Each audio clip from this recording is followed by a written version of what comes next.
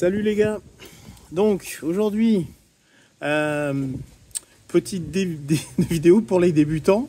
Là je me sens comme un débutant. Je viens de crever avec le FJR. Un joli trou là.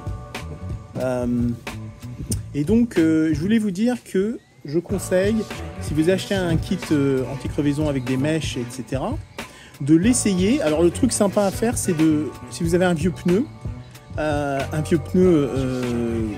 de moto que vous n'utilisez pas, même un peu de voiture, ça peut vous donner une idée. C'est de percer un trou sur ce vieux pneu et de vous entraîner à mettre une mèche avec le système.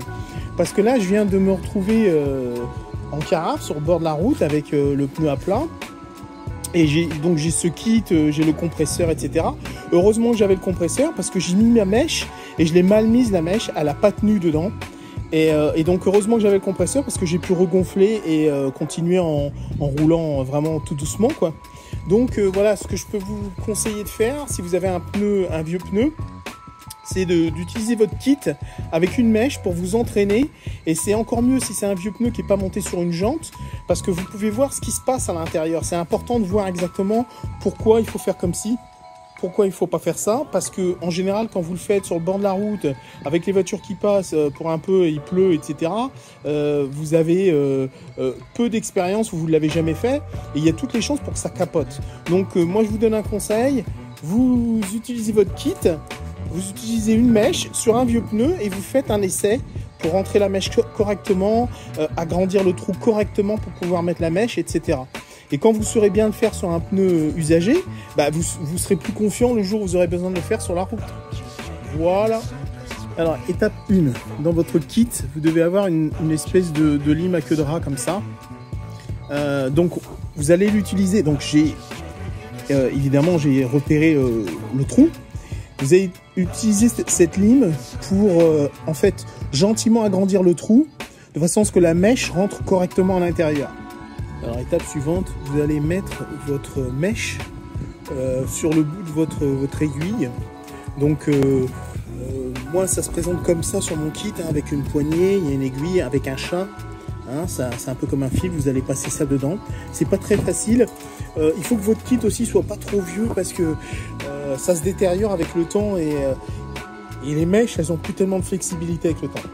Donc, vous mettez la mèche dans le trou de l'aiguille et ensuite vous allez mettre comment on va dire, c'est une colle, un ciment, ils appellent ça, ciment à caoutchouc. En fait, c'est une colle un peu comme une colle néoprène. Il faut en mettre sur la mèche et l'aiguille. Donc voilà, une fois que votre mèche elle est montée dans le pneu, comme c'est le cas là, donc je vais tirer un petit peu, voilà. Elle dépasse un peu là, il y a de la colle un peu partout. Donc voilà, je ne sais pas si vous voyez bien. Donc la mèche elle est maintenant à l'intérieur du pneu. En tirant gentiment l'aiguille, on arrive à enlever l'aiguille et laisser la mèche à l'intérieur.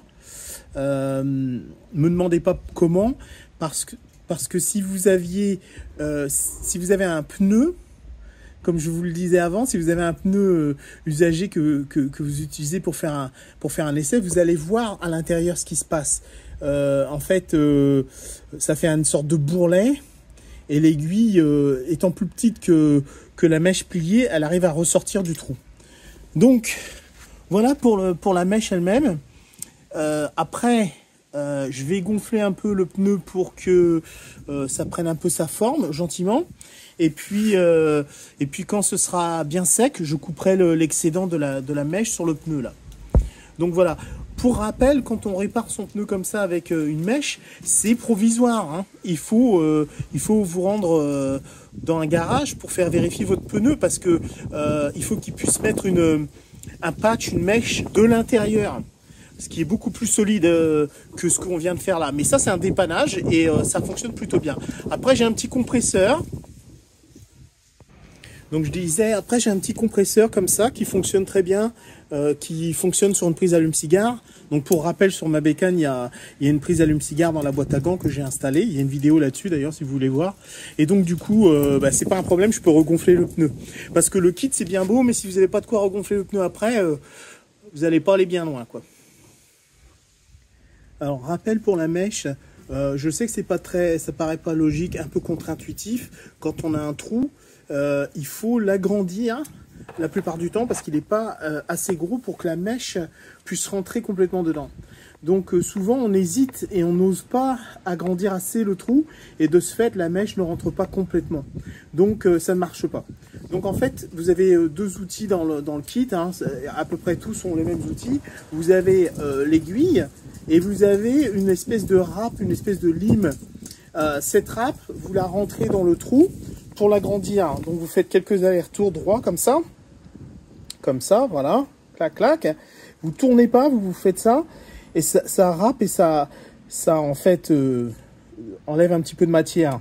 Une fois que ça c'est fait, vous mettez votre aiguille dedans avec votre mèche. Donc vous vous rappelez, sur votre mèche vous mettez de la colle, hein, c'est une sorte de colle comme une colle à rustine, hein, le même principe. Donc vous en enduisez dessus, ça va aussi vous permettre de lubrifier pour faire rentrer la mèche, l'aiguille et la mèche dans le pneu. Une fois que ça c'est fait, vous allez tirer votre aiguille, surtout sans tourner. Vous allez tirer votre aiguille droite, comme ça, d'un coup sec. Et ce qui va se passer, c'est que la mèche va glisser du trou de l'aiguille. Et de ce fait, elle va rester coincée et l'aiguille va sortir.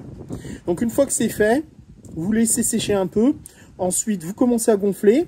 Et puis à la fin, une fois que vous êtes bien, alors je suis quasiment à ma pression demandée sur la moto. Donc là, j'ai fait un essai, j'ai vérifié, ça repère pas d'air, ça a l'air d'être bon. Donc ce que je vais faire, je vais couper l'excédent de mèche. Parce que si vous faites pas ça, vous allez avoir une pression qui va être exercée quand la roue elle va tourner. Et ça va repousser la mèche à l'intérieur. Donc il faut à tout prix éviter ça. Il faut couper bien à fleur, bien à ras la mèche. Alors voilà, là c'est fait, là j'ai coupé l'excédent de mèche. Et pour rappel, quand on met une mèche comme ça, même si c'est temporaire, on ne peut pas le faire sur le flanc du pneu. C'est uniquement sur la bande de roulement du pneu. Donc si vous avez un star comme ça sur le côté, n'essayez même pas, c'est pas la peine. Ce que vous pouvez faire, si votre compresseur arrive à compenser un peu momentanément la perte d'air, c'est regonfler votre pneu avec le compresseur et avancer un peu en roulant doucement et vous arrêtez, regonfler, etc. jusqu'à ce que vous soyez à un endroit sûr, quoi. Mais c'est pas la peine d'essayer de mettre une mèche sur le côté, là c'est super dangereux. Et ça tiendrait pas de toute façon. Donc voilà, là pour le coup, je suis pas loin de la pression dont j'ai besoin et j'ai pas l'impression d'avoir de perte. Ce qui va me permettre de pouvoir booker un rendez-vous avec mon mécano pour remplacer le pneu. Ça, les pneus sur la bécane de cross, ça le fait bien de faire les pneus soi-même, mais sur les motos de route, non, moi je fais pas ça, je laisse faire aux pros. Voilà, j'espère que ça vous donnera des idées. Et c'était sympa que je fasse cette vidéo parce que justement, j'ai fait une vidéo de bricolage là dernièrement et je précisais que j'avais rien à faire sur la moto en ce moment. Et donc de ce fait, il n'était pas question je vais pas commencer à démonter ma moto pour faire des vidéos, les gars. Vous comprenez bien, c'est uniquement quand j'ai des trucs à faire, quoi. Et donc là, bah, ça tombait bien. J'espère que vous ferez attention et que vous serez prêts avec votre kit et vous saurez vous en servir correctement parce que vous aurez regardé cette vidéo. Voilà, à bientôt.